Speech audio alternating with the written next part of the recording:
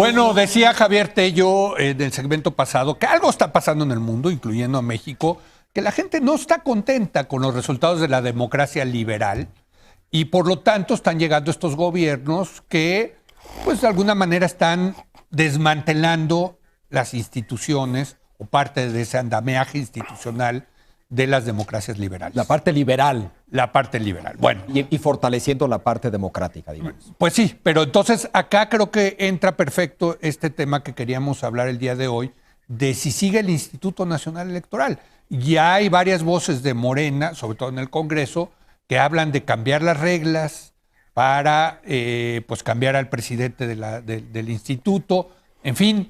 Y yo creo que, y aquí hemos muchísimo criticado al INE, pero yo sí considero, Héctor, que es una de las joyas de la democracia liberal mexicana. O sea, con todo y todo, con todo una joya abollada, con problemas, etcétera, pero es lo que permitió que López Obrador sea hoy presidente. Es lo que permitió sacar al PRI del poder, que entrara el PAN, es lo que permitió sacar al PAN y que regresara el PRI. En fin, bueno, a mí me preocupa muchísimo en esta discusión lo que pueda pasar con el INE. Yo estoy de acuerdo en dos cosas fundamentales que dice Javier. Primero, que esta molestia con la democracia liberal y con sus instituciones es una corriente mundial. Y la estamos viendo en todas partes, de distinta manera en todas partes. Sí. Y también con que este asunto de la Comisión Nacional de Derechos Humanos forma parte de la ofensiva de este gobierno para contener a los organismos autónomos que representan de alguna manera un contrapeso a sus decisiones. Sí. La pregunta es en dónde se va a detener, porque después de lo que vimos de la Comisión Nacional de Derechos Humanos y esa arrogancia con la cual, arrogancia moral, dice Javier en el corte, con que procedieron a hacer la trampa, la pregunta es en dónde se van a detener. Todo parece indicar que el siguiente objetivo, como tú dices, es el INE.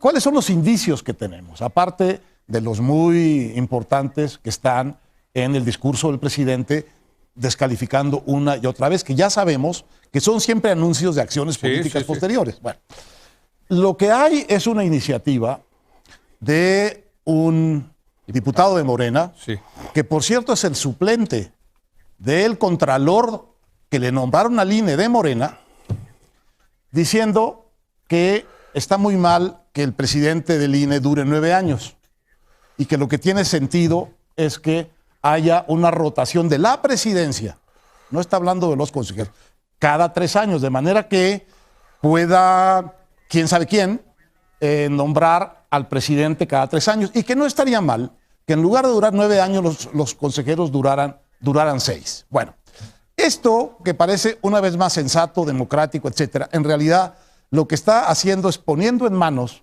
de quién sabe quién, probablemente de la propia Cámara de Diputados, a la persona que va a ser presidente del INE en la elección de 2021. Y probablemente será un agente afín, como hemos visto en la Comisión Nacional de Derechos Humanos, no afín, sino incluso subordinado o plegado a la voluntad de él. Y ahí sí estamos entrando en un asunto cualitativamente distinto respecto de la Comisión Nacional de Derechos Humanos, porque aquí estamos hablando de quién califica las elecciones, de quienes van a tener el poder y quienes van a conformar el Congreso, y las 13 o 14, no sé cuántas gubernaturas se van a jugar en 2021. Aquí sí estamos ante, digamos, una piedra mucho más grande. Más grande que esto, o del mismo tamaño, quedarían pues el Banco de México y el INEGI, quizá. El INEGI, sí.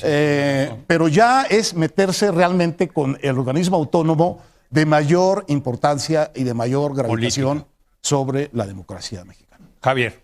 Totalmente. Yo nada más matizo lo de afín. A mí el problema para mí no es si son o no son afines.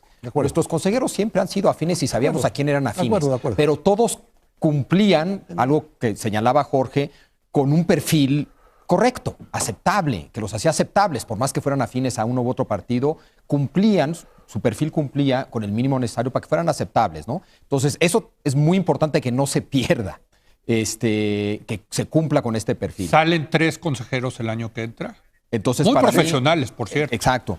Yo creo que a ver con quién los sustituyen, ¿no? Si algo han tenido los consejeros del primero el IFE y ahora el INE, en general, digo, siempre habrá una excepción, pero en general han sido gente muy capaz. Muy capaz. Independiente de sus afinidades. Y con prestigio profesional. Sí, ¿no? Eso es parte de los que los hace, Claro. les da la capacidad de ser más autónomos, etcétera.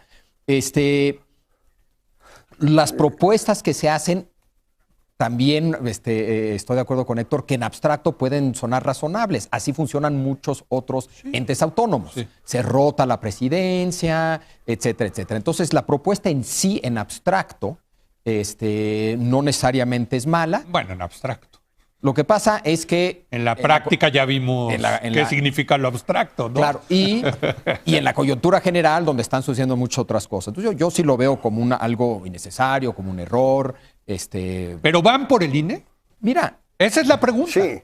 A ver, esa es la pregunta. está en el libro porque muchas veces salen propuestas en el Congreso que no vuelan. Sí, sí, sí. Y lo que tiende a volar es lo que está en su libro. Es que aunque no vuele, la sola amenaza creo que también pesa, ¿no? Y por cierto, también hay un Sí, tema de dinero. El otro día aquí Basabe dijo algo muy interesante, que Peña Nieto trataba de controlar las instituciones autónomas dándoles mucho dinero. Y este gobierno trata de controlarlas quitándoles mucho dinero, ¿no? O sea, creo que es Yo creo que interesante. es más efectivo quitarles que dar. Claro, totalmente, así es. Jorge. No.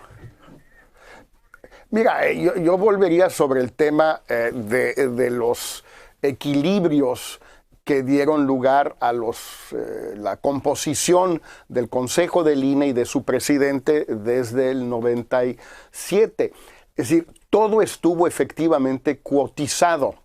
Pero ese sistema de cuotas, que es todo menos que perfecto y se prestaba a muchas maniobras políticas poco elegantes, por no decir otra cosa, mantenía una cierta imparcialidad, porque en efecto estaban los tres partidos repartiéndose el consejo con personas afines, pero como dice Javier, con perfil, pero era la combinación de las dos cosas, un cierto equilibrio de fuerzas y la idoneidad para el perfil.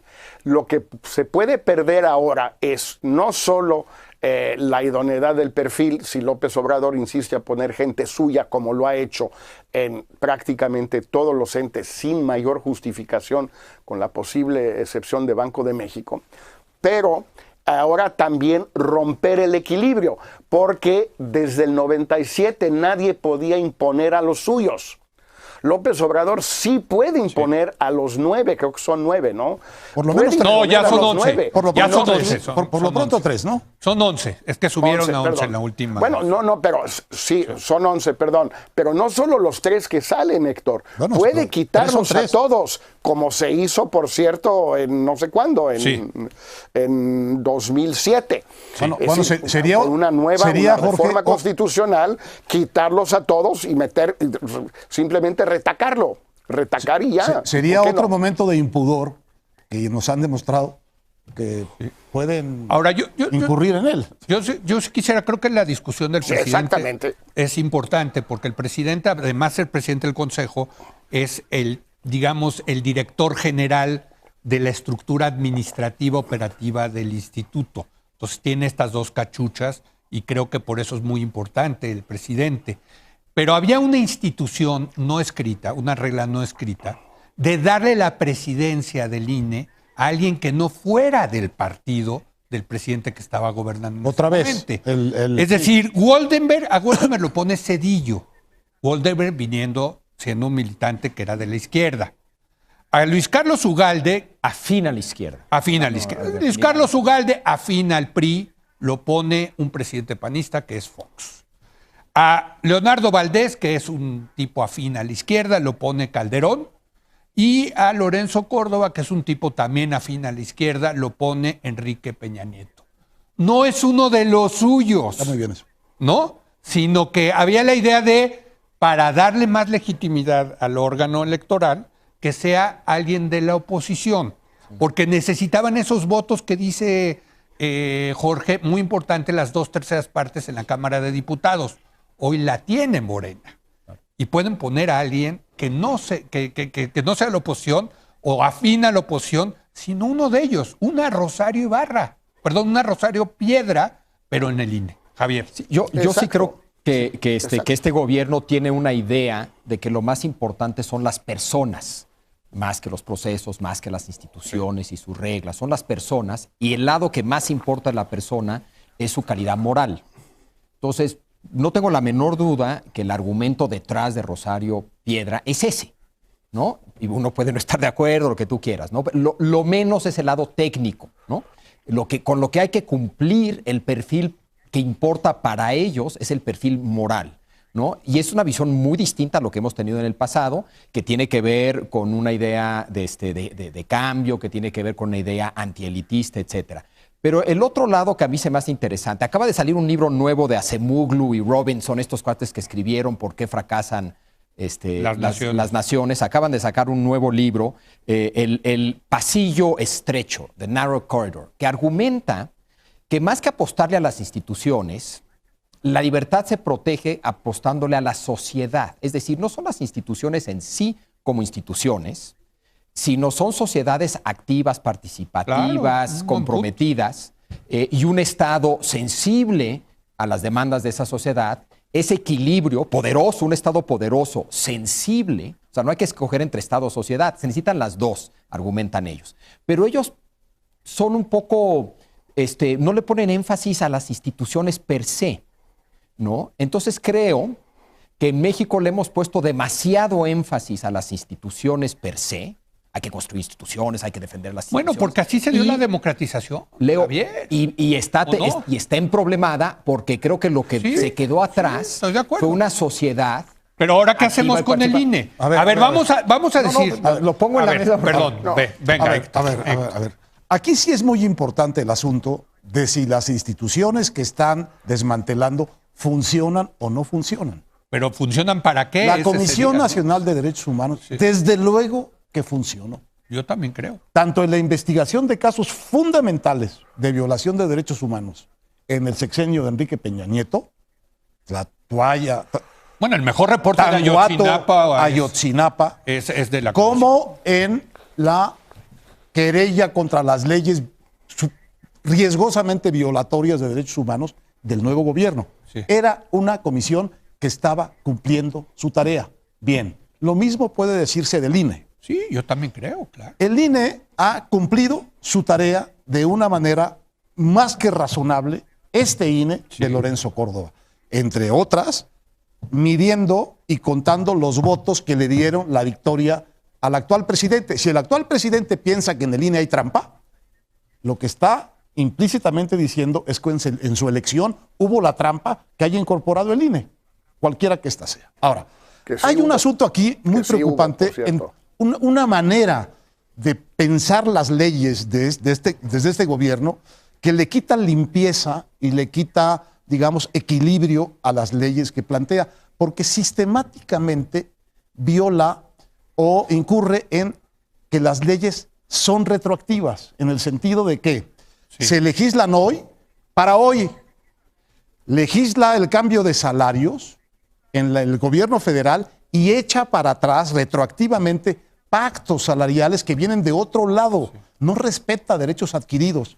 Lo mismo la revocación de mandato. Se la designa para él, debía ser para el siguiente. Si quieren hacer cambios en el INE, deberían de legislarlos para la siguiente camada del INE, vamos a decir. No, la quieren legislar para la de ahora. Y ahí me parece que hay por lo menos una falta de limpieza y al mismo tiempo un procedimiento sistemático que me parece a mí atentatorio, digamos, de la armonía en general de las leyes en la manera como están procediendo o parece que van a proceder hacia el INE para cambiarle todo lo que quieran cambiarle. Jorge. Sí, para volver al tema que planteaba Javier de que esto es una corriente en el mundo, sí, pero hay una gran diferencia entre las instituciones mexicanas y las de muchas partes del resto del mundo, incluyendo en América Latina. Las nuestras están en pañales. Es decir que, bueno, durante el INE pues van a ser apenas 22 años, pues es que no funciona, pues como que 22 años te alcanza para saber si funciona. Claro que funciona. O la comisión, o la comisión 25 años, que por eso, pero suponiendo que no Sí. te alcanza, porque hijo, si a 22 años ya decidimos si algo sirve o no sirve, pues habría que desechar muchas cosas, incluyendo a los hijos, las hijas, qué sé yo. Es decir, a ver, México tiene instituciones de este tipo, autónomas, independientes, transparentes, más o menos, etcétera, desde hace muy poco tiempo.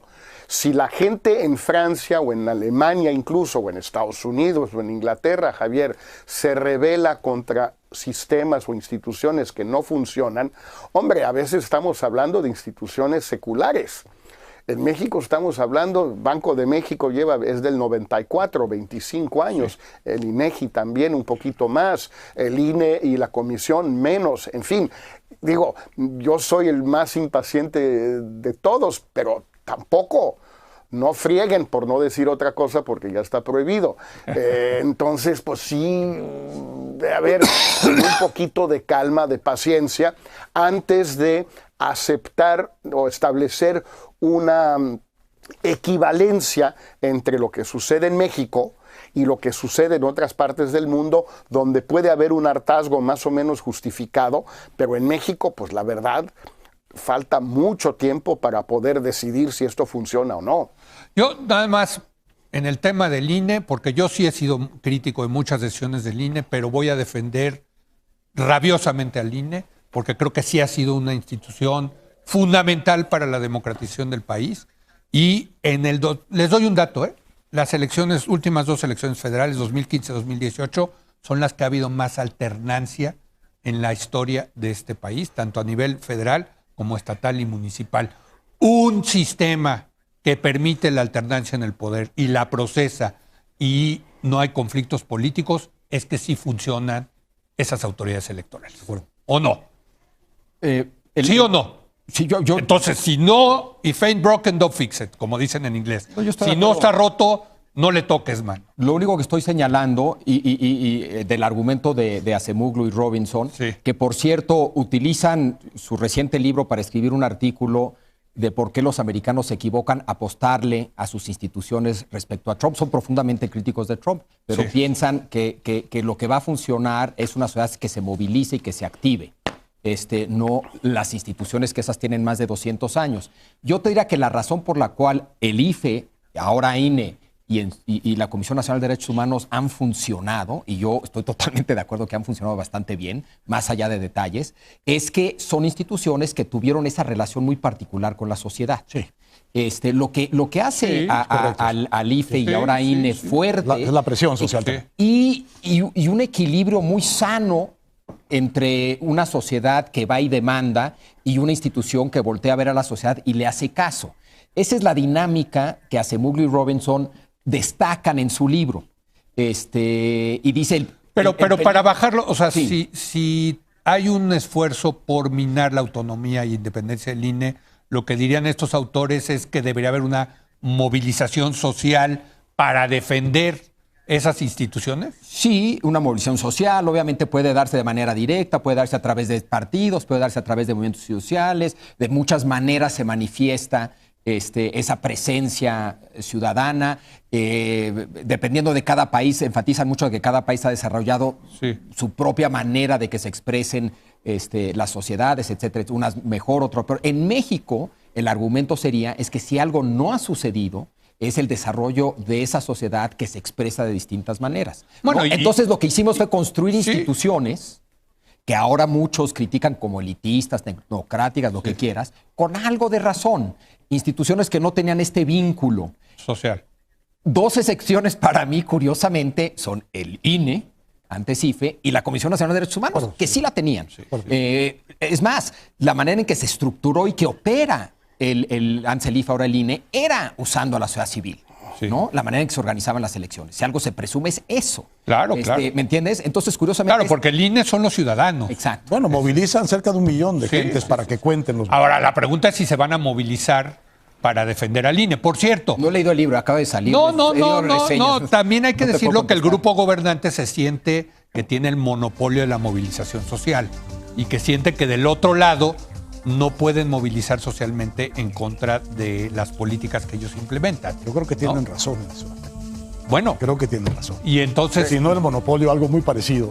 Sí, Algo de razón tienen, sí. pero y entonces sí, pueden cambiar al INE sabiendo que no va a haber consecuencias en la sociedad. Salvo que en esto, como nos demuestra Evo Morales, hay un momento en que te pasas de la raya de gandalla. y el asunto viene de regreso. Exacto. Bueno, perdón, tengo que hacer una breve pausa y hablando de Trump, vamos a hablar de cómo va su juicio para destituirlo. Regresamos en un momento más.